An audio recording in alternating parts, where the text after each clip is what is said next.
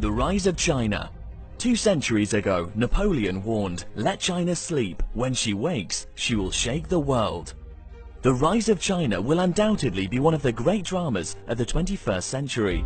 China's extraordinary economic growth and active diplomacy are already transforming East Asia, and further decades will see even greater increases in Chinese power and influence. In 1980, China's gross domestic product, GDP, was less than $300 billion. By 2015, it was $11 trillion, making it the world's second largest economy by market exchange rates. China's trade with the outside world in 1980 amounted to less than $40 billion. By 2015, it had increased 100-fold to a whopping $4 trillion. Even at its lower growth rate in 2015, China's economy created a Greece every 16 weeks and an Israel every 25 weeks. Measured by purchasing power parity, which measures how many aircraft, missiles, ships, sailors, pilots, drones, bases, and other military-related items a state can buy, and the prices it has to pay in its own national currency, China has not only surpassed the US, but also now accounts for roughly 18% of world GDP, compared to just 2% in 1980. By 2005, the country was building the square foot equivalent of today's Rome every 2 weeks. Between 2011 and 2013, China both produced and used more cement than the US did in the entire 20th century. In 2011, a Chinese firm built a 30-story skyscraper in just 15 days. 3 years later, another construction firm built a 57-story skyscraper in 19 days. China so far has built the equivalent of Europe's entire housing stock in just 15 years. In November 2015, Beijing replaced the substantially larger 1,300-ton San Juan Bridge in just 43 hours. Over the past decade, China has constructed the world's longest high-speed rail network, 12,000 miles of rail lines that carry passengers between cities at speeds of up to 180 miles per hour. China now has more high-speed rail tracks than the rest of the world combined. In stark contrast, during this same decade, California has been struggling mightily to build a single 520-mile high-speed connection between Los Angeles and San Francisco. Voters approved the project in 2008, but the state recently admitted it will not be finished until 2029 at a cost of $68 billion. 9 years later, and $35 billion more than was originally promised. By then, China plans to have completed another 16,000 miles of high-speed rail connections. China's education, healthcare, and related indicators reflect similar improvements in its people's well-being. In 1949, Chinese citizens could expect to die at the age of 36, and 8 in 10 could not read or write. By 2014, life expectancy had more than doubled to 76, and 95% are literate. A generation ago, China stood at the bottom of most international rankings of nations in education, science, technology, and innovation. But after 2 decades of determined investment in the country's human capital, it has become a global competitor. Today it rivals and by some measures outperforms the United States. On the 2015 Programme for International Student Assessment, China ranked 6th in mathematics, while the United States ranked 39th.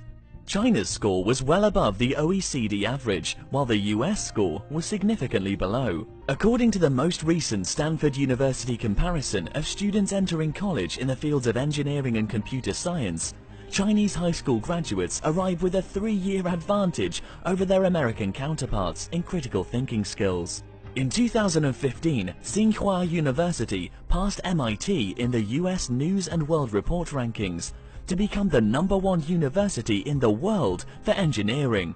Among the top 10 schools of engineering, China and the US each had 4.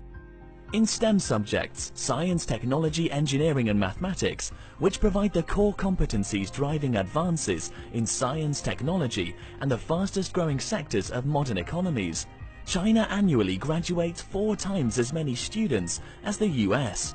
1.3 million versus 300,000, and that does not even include an additional 300,000 Chinese students currently enrolled in US institutions. Long known primarily as a low-cost producer of inexpensive consumer goods, China has seen its share of total global value added in high-tech manufacturing increase from 7% in 2003 to 27% in 2014. The US National Science Foundation report that documented this growth also finds that over that same decade, the American share of this market declined from 36 to 29%.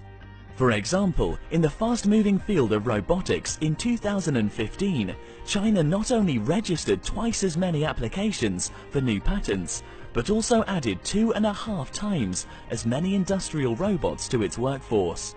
On its current path, China will surpass the US to become the world leader in research and development spending by 2019. Since June 2013, the world's fastest supercomputer has been located not in Silicon Valley, but in China. Indeed, in the rankings of the world's 500 fastest supercomputers, a list from which China was absent in 2001, today it has 167, 2 more than the United States. Moreover, China's top supercomputer is 5 times faster than the closest American competitor. And while China's supercomputers previously relied heavily on American processors, its top computer in 2016 was built entirely with domestic processors. As China's economy has gotten bigger, its guns and tanks and their 21st century equivalents have gotten better and allowed for a new level of competition with other great powers, especially the United States.